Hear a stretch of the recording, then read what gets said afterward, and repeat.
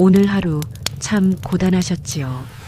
새벽에 눈을 뜨자마자 주방 불을 켜고 밥솥 버튼을 눌러놓은 후 잠시 주방 창문을 열어 바람을 쐬었을 겁니다. 하루의 첫 공기 속에서도 마음 한켠이 무겁게 느껴질 때가 있습니다. 자녀의 소식이 마음에 걸리고 손주가 아프다는 소리를 들으면 하루가 불안하게 시작됩니다.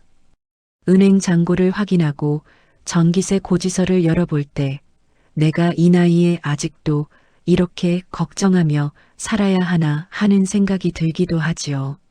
그러나 그런 마음의 한숨 속에서도 우리 입술은 여전히 기도를 찾아갑니다. 주님, 오늘도 함께 해주세요. 제가 약하지만 오늘도 주님의 품 안에 있고 싶습니다. 예수님은 우리처럼 바쁘고 불안한 세상을 사는 제자들에게 깨어 있으라고 하셨습니다. 누가복음 21장 36절. 장차올 이 모든 일을 능히 피하고 인자 앞에 서도록 항상 기도하며 깨어 있으라. 이 말씀은 단지 두려운 종말을 대비하라는 경고가 아닙니다. 오히려 지금 여기서의 마음의 자세를 알려주는 사랑의 당부입니다. 깨어 있다는 건 긴장해서 눈을 부릅뜨는 게 아니라 하나님을 향해 마음의 불을 꺼뜨리지 않는 것입니다. 기도는 불빛과 같습니다. 한번 꺼지면 어둠이 너무 빨리 스며듭니다. 그렇기에 예수님은 말씀하셨습니다. 항상 기도하며 깨어 있으라. 기도가 짧아도 좋습니다. 단어가 서툴러도 괜찮습니다. 다만 그 불이 꺼지지 않게 하라는 뜻입니다. 밤마다 불면증처럼 뒤척이던 권사님 한 분이 있었습니다. 새벽 삼시마다 깨어나면 그는 핸드폰 대신 작은 노트를 펴고 두 단어를 썼습니다. 감사합니다, 주님. 그 두 단어에 하루가 새로 시작되었습니다. 깨어있음이란 바로 이런 것입니다. 기도의 단어가 크지 않아도 방향이 하나님을 향해 있다면 주님은 그 작은 빛을 보십니다. 누가복음 21장 34절 너희는 스스로 조심하라.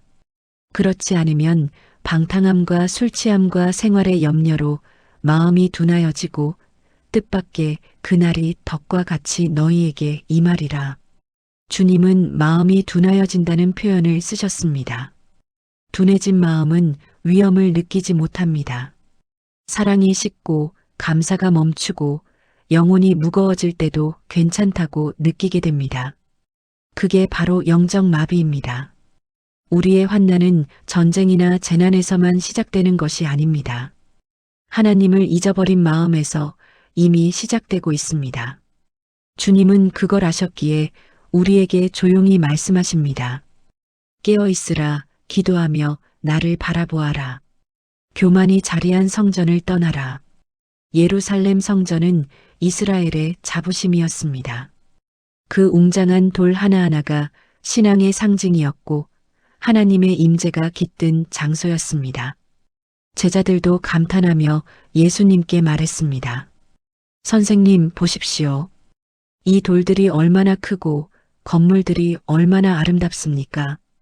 그러나 예수님은 그 자랑스러운 성전을 바라보시며 단호하게 말씀하셨습니다. 마가복음 13장 2절 내가 이 큰 건물들을 보느냐? 돌 하나도 돌 위에 남지 않고 다 무너뜨려지리라.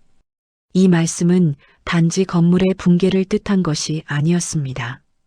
하나님 없는 신앙의 무너짐, 그 교만의 붕괴를 뜻하는 말씀이었습니다. 예배는 여전히 드려지고 있었습니다. 노래도 울려 퍼지고 제사도 드려졌지만 성전은 이미 변질되어 있었습니다. 마태복음 21장 13절 내 집은 기도하는 집이라 일컬음을 받을 것이거늘 너희는 강도의 소굴을 만들었도다. 기도하는 집이 거래의 집이 되었고 은혜의 공간이 체면과 자랑의 공간으로 바뀌었습니다. 예수님은 그것을 강도의 소굴이라 부르셨습니다. 그곳은 하나님께 드려지는 겸손이 사라지고 사람의 공로가 중심이 된 자리였습니다. 오늘 우리도 그 말씀 앞에 서 있습니다. 교회가 크고 찬양대가 화려해도 그 중심이 하나님이 아니면 이미 무너진 것입니다. 가정 예배도 마찬가지입니다. 매일 기도하지만 그 기도의 중심이 내 뜻이 이루어지기라면 그건 하나님이 주인된 기도가 아닙니다. 한 권사님이 이런 고백을 하신 적이 있습니다. 전에는 교회에서 뭐든 나서서 해야 마음이 편했어요. 그런데 어느 날 문득 내가 주님보다 나를 더 드러내고 있다는 걸 깨달았어요. 그날 이후 그분은 앞자리가 아닌 중간 자리에 앉았습니다. 기도는 늘 뒷자리에서 했지만 교회 안의 평안은 오히려 더 커졌다고 하셨습니다. 예수님은 겉모양보다 중심을 보십니다.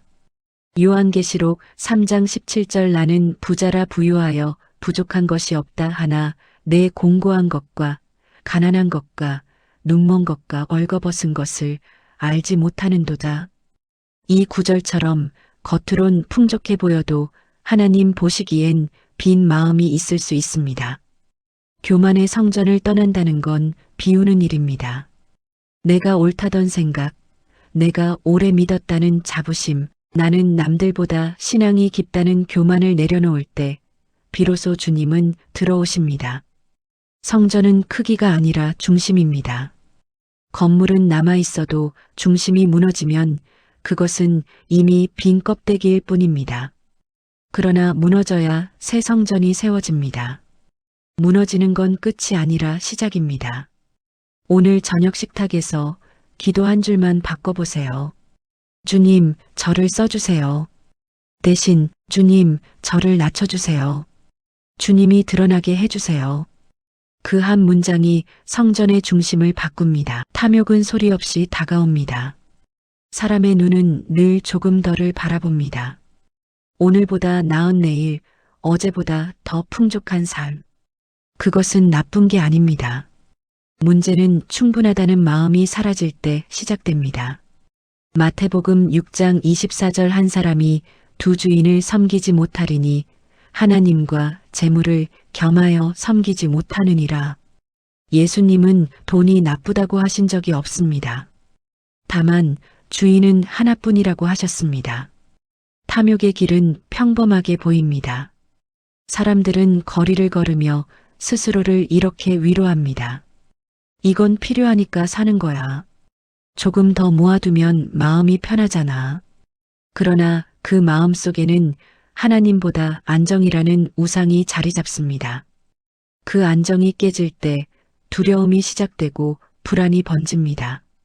요한계시록 18장 3절 그 음행의 진노의 포도주로 말미암아 모든 나라가 무너졌으며 땅의 상인들도 그 사치의 세력으로 치부하였도다. 바벨론의 도시는 성공과 풍요의 상징이었습니다. 그 거리는 반짝이고 시장은 붐볐습니다. 하지만 그 도시는 단 하루 만에 무너졌습니다. 이 말씀은 먼 나라의 이야기가 아닙니다. 우리 마음 안에도 바벨론이 있습니다. 그 바벨론은 조금 덜하는 이름으로 자랍니다. 한 성도는 이렇게 말했습니다. 예전엔 헌금이 아까웠어요. 그런데 요즘은 드릴 수 있어서 감사해요. 주님이 내 손의 주인이라는 걸 알게 되니까 계산이 사라졌어요. 탐욕은 계산에서 시작되고 감사는 계산을 멈춥니다. 감사는 탐욕의 반대말입니다. 누가복음 21장 34절 생활의 염려로 마음이 둔하여지고 생활의 염려가 탐욕으로 변하는 건 한순간입니다. 이 걱정은 현실이잖아. 라고 말하지만 주님은 그 염려 속에서도 우리를 부르십니다. 마음을 지켜라. 염려보다 나를 먼저 기억하라.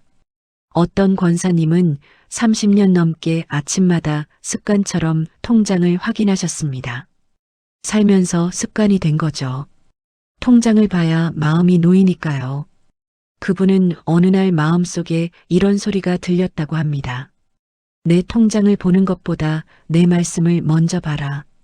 그날 이후 아침 통장 확인 전 1분 묵상을 시작했습니다. 오늘도 주님이 내 필요를 채우십니다. 그 짧은 시간에 마음의 평안이 찾아왔다고 하셨습니다. 탐욕은 무섭게 자랍니다. 그러나 감사와 나눔은 그 탐욕을 약하게 만듭니다.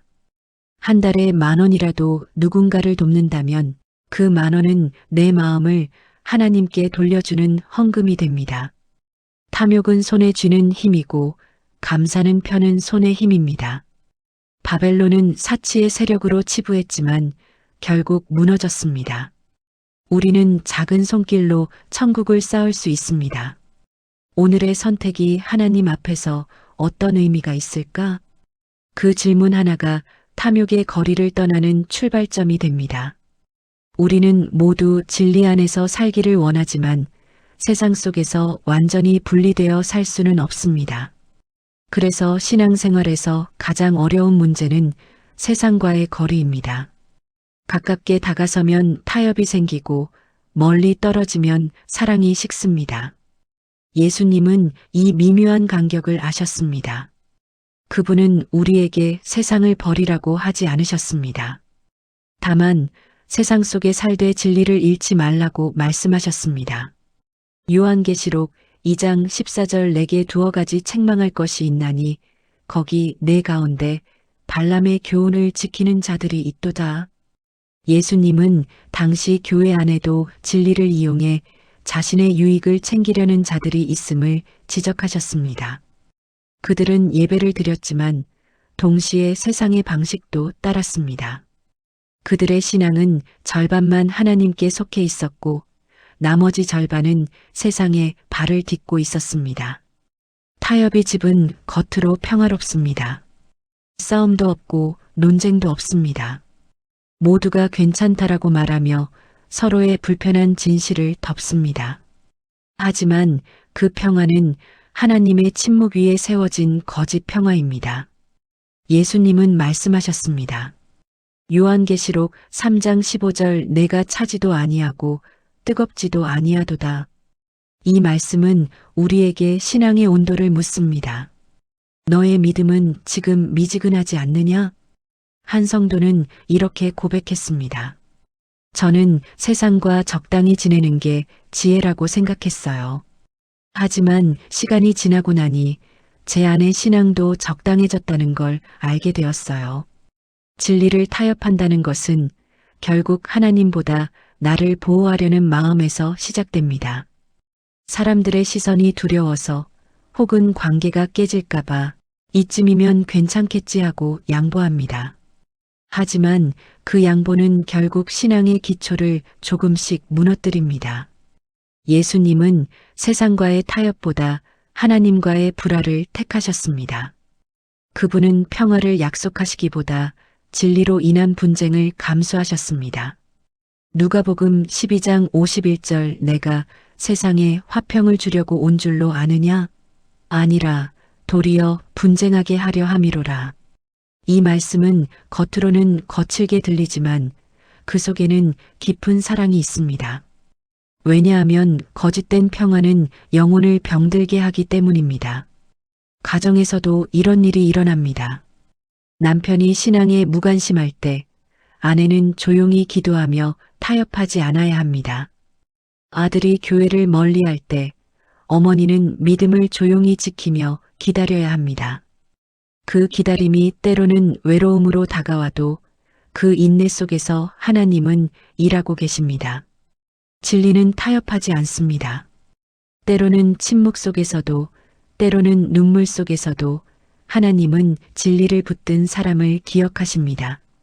마태복음 7장 26절 나의 이 말을 듣고 행하지 아니하는 자는 그 집을 모래 위에 지은 어리석은 사람과 같으니 진리를 놓치면 집은 모래 위에 세워집니다.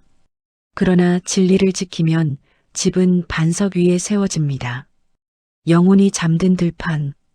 예수님은 제자들에게 깨어 있으라고 거듭 말씀하셨습니다. 마태복음 24장 42절 그러므로 깨어 있으라. 어느 날에 너희 주가 임하는지 너희가 알지 못함이니라. 깨어 있으라는 말은 단지 눈을 뜨라는 명령이 아닙니다. 그것은 영혼이 잠들지 말라는 호소입니다. 삶이 평안할 때 우리는 쉽게 잠듭니다. 기도가 줄고 예배가 습관이 되고 말씀은 들리지만 마음에 스며들지 않습니다. 그것이 영적 잠의 시작입니다. 겉으로는 바쁘게 움직이지만 마음은 이미 고요한 들판에 누워 있습니다. 바람이 부드럽고 하늘이 맑다고 안심하지만 그 고요한 평화는 주님 없는 평화입니다.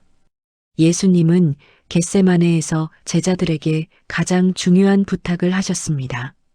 마태복음 26장 40절 너희가 나와 함께 한 시간도 이렇게 깨어 있을 수 없더냐?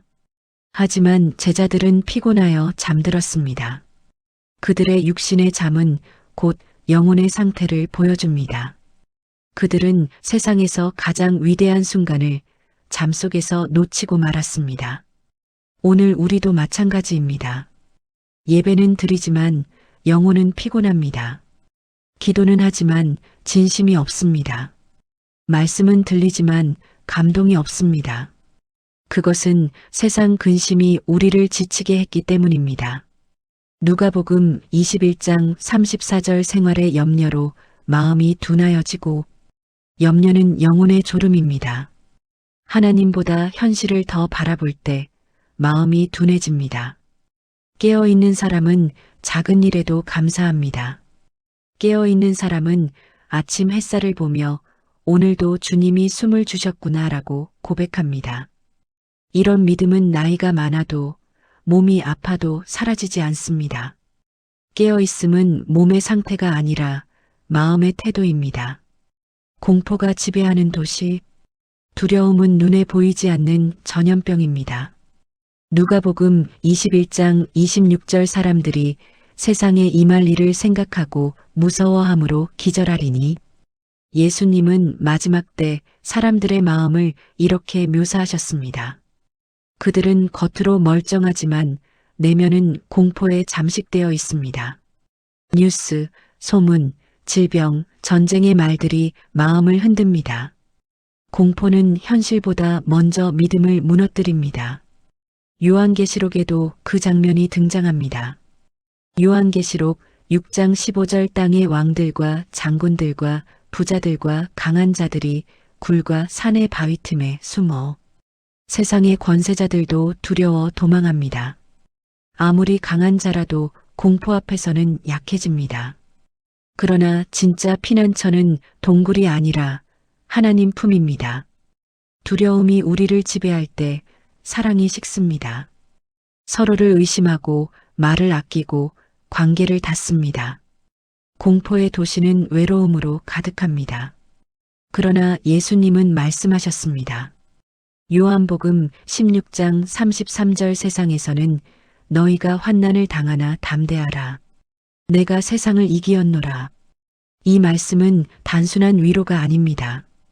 예수님이 이미 이기셨기에 우리가 담대할 수 있다는 선언입니다. 믿음은 환난을 모르는 것이 아니라 환난 속에서도 하나님을 아는 것입니다. 한 성도는 큰 병을 진단받고도 이렇게 말했습니다. 처음에는 무서웠지만 이제는 주님 손 안에 있으니 이상하게 평안해요. 이 말은 담대함이 무엇인지 보여줍니다. 공포는 눈앞의 현실을 보게 하지만 믿음은 그 너머를 보게 합니다. 거짓 평화의 광장. 광장은 언제나 밝고 평화로워 보입니다. 사람들은 그곳에서 웃고 이야기하고 평화를 외칩니다. 그러나 예수님은 경고하셨습니다. 마태복음 24장 5절 많은 사람이 내 이름으로 와서 이르되 나는 그리스도라 하여 많은 사람을 미혹하게 하리라. 거짓된 평화는 신앙을 마비시킵니다. 괜찮다는 말로 죄를 덮고 하나님도 이해하신다는 말로 회개를 미룹니다. 이 광장은 오늘날에도 존재합니다. 신앙보다 여론이 우선되고 말씀보다 감정이 중심이 되는 사회입니다. 예레미야는 이렇게 말했습니다. 예레미야 6장 14절 그들이 내 백성의 상처를 가볍게 여기며 말하기를 평강하다 평강하다 하나 평강이 없도자. 겉보기엔 평화롭지만 내면은 병들어 있습니다. 교회도 사회도 가정도 진리가 사라지면 그 평화는 오래가지 못합니다. 참된 평화는 죄를 덮는 것이 아니라 죄를 회개하고 나서 오는 회복의 결과입니다. 거짓 평화의 광장은 감정의 편안함을 추구합니다. 하지만 신앙은 감정이 아니라 결단입니다. 하나님을 따르기로 결단할 때 우리는 비로소 진짜 평화를 경험합니다. 세상이 주는 평화는 잠깐이지만 하나님이 주시는 평화는 영원합니다. 요한복음 14장 27절 내가 너희에게 평안을 끼치노니 내가 주는 것은 세상이 주는 것과 같지 아니하니라. 하나님의 피난처. 예수님은 제자들에게 경고만 하신 것이 아닙니다. 그분은 피할 길도 함께 말씀하셨습니다.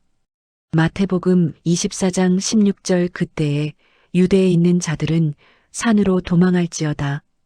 산은 위험한 곳이지만 동시에 피난처였습니다. 하나님은 우리를 고난으로 내모는 분이 아니라 그 안에서 보호하시는 분이십니다. 요한계시록 12장 6절 여자가 광야로 도망함에 거기서 하나님이 저를 위하여 예비하신 곳이 있더라. 광야는 불편하고 외로운 곳입니다. 그러나 그곳이 바로 하나님의 품입니다. 하나님은 우리를 편안한 곳보다 안전한 곳으로 이끄십니다. 그 안전함은 환경이 아니라 임재의 안전입니다. 많은 분들이 이렇게 말합니다. 이 세상은 너무 불안해요. 어디에도 안전한 곳이 없어요. 하지만 피난처는 장소가 아니라 마음의 방향입니다. 매일 새벽 기도 자리가 피난처가 되고 말씀 한 구절이 피난처가 되며 조용한 눈물 한 방울이 피난처가 됩니다. 누가복음 21장 18절 너희 머리털 하나도 상하지 아니하리라. 이 말씀은 현실의 고통이 없다는 약속이 아니라 그 고통 속에서도 하나님이 끝까지 지켜주신다는 약속입니다. 하나님의 손은 폭풍 속에서도 흔들리지 않습니다. 깨어있는 자의 승리. 마지막 싸움은 눈에 보이는 전쟁이 아닙니다. 그것은 마음 안에서의 싸움입니다. 마태복음 24장 13절 끝까지 견디는 자는 구원을 얻으리라. 견딘다는 것은 완벽하다는 뜻이 아닙니다. 넘어져도 다시 일어서는 것, 두려워도 믿음을 놓지 않는 것입니다. 요한계시록 14장 12절 성도들의 인내가 여기 있나니 그들은 하나님의 계명과 예수에 대한 믿음을 지키는 자니라. 깨어있는 자들은 화려하지 않습니다. 그들은 조용히 그러나 끝까지 믿음을 붙듭니다. 그들의 이름은 세상에 알려지지 않아도 하늘에서는 기록됩니다. 깨어있는 신앙은 하루의 습관에서 만들어집니다. 아침에 눈을 뜰 때 오늘도 주님 감사합니다. 식탁에서 이 음식이 주님의 은혜입니다. 잠자리에 들며 오늘도 지켜주셔서 감사합니다. 이 단순한 반복이 믿음의 불을 꺼뜨리지 않습니다. 새 하늘과 새 땅의 약속. 요한계시록 21장 1절 또 내가 새 하늘과 새 땅을 보니 처음 하늘과 처음 땅이 없어졌고 바다도 다시 있지 않더라. 모든 환난의 끝에는 새로운 세상이 기다리고 있습니다. 그곳에는 눈물이 없습니다. 요한계시록 21장 4절 모든 눈물을 그 눈에서 씻기시마니 다시 사망이 없고 애통하는 것이나 아픈 것이 다시 있지 아니하리니 새 하늘과 새 땅은 미래의 소망일 뿐 아니라 지금 이 순간에도 우리 안에서 시작되고 있습니다. 믿음을 붙드는 사람의 마음은 이미 새 하늘의 일부입니다. 하나님은 그 마음 안에 평안을 심으십니다. 그날 하나님은 이렇게 말씀하실 것입니다. 마태복음 25장 23절 잘하였도다 착하고 충성된 종아 내 주인의 즐거움에 참여할지어다. 이 말 한마디면 우리가 견뎌온 모든 눈물과 고난이 의미를 가집니다. 사랑하는 여러분, 예수님의 마지막 경고는 두려움을 주기 위한 말씀이 아닙니다.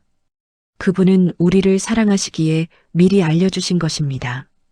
이 세상은 흔들려도 하나님은 흔들리지 않습니다. 우리가 깨어 있을 때 그분은 피난처가 되어 주십니다. 오늘도 그 피난처 안에서 평안을 누리시길 바랍니다. 아멘.